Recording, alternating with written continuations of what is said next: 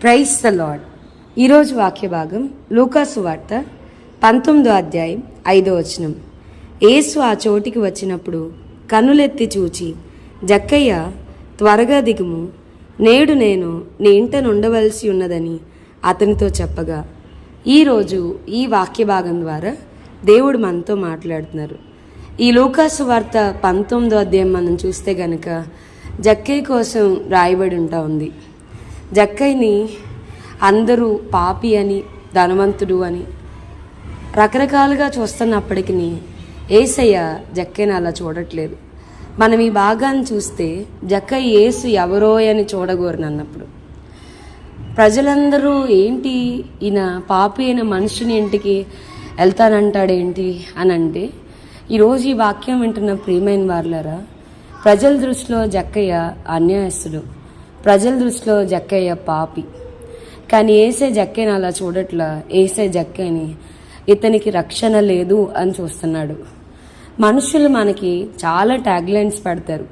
గర్విష్టి, కోపిష్టి, ప్రేమ లేదు, useless fellow, good for nothing, చాలా titles ఇవ్వచ్చు, చాలా ట్యాగ్స్ పెట్టచ్చు. కానీ యేసయ్య మనుషులు మనల్ని చూసినట్టుగా మనల్ని చూడరు.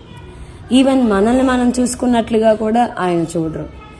గిద్యోను నా వల్ల కాదు, నేను పిరికివాడిని అని గానుగు చాట్లు దాక్కున్నప్పుడు దేవుడు అతన్ని ఓ యూ మైటీ వారియర్, పరాక్రమం గల బలాఢ్యుడా అని పిలిచాడు. సో మనల్ని మనం చూసుకున్నట్లుగా కూడా ఆయన మనల్ని చూడడు.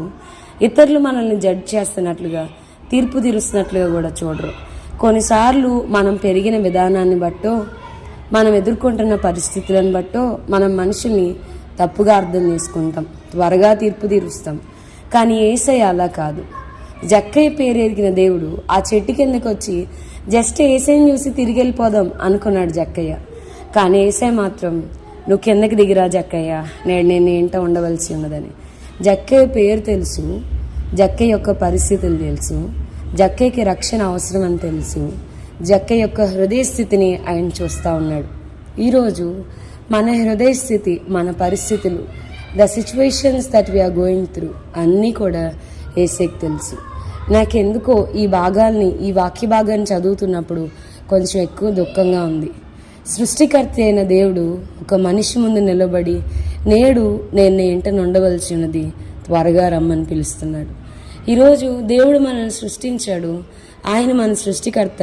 బలవంతంగానైనా మన జీవితాన్ని ఆపరేట్ చేయొచ్చు. కానీ అలా కాకుండా సృష్టికర్త అయిన దేవుడు మన వాకిటి వెలుపట, మన హృదయం వెలుపట నిల్చుండి, నేను నీ హృదయంలోనికి రావాలనుకుంటున్నాను, నన్ను ఆహ్వానిస్తావా?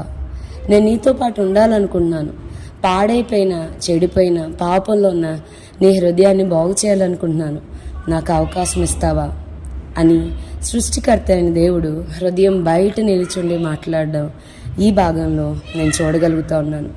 జక్కయ్య ఎంతో సంతోషంతో ప్రభువుని ఆహ్వానించుకున్నాడు, తన జీవితాన్ని మార్చుకున్నాడు. నేను ఎవరిని వద్ద అన్యాయంగా తీసుకున్నాను వానికి 4 అంతలు ఇస్తాను, నా ఆస్తిలో సగభాగం బీదలకి ఇస్తానని చెప్పాడు.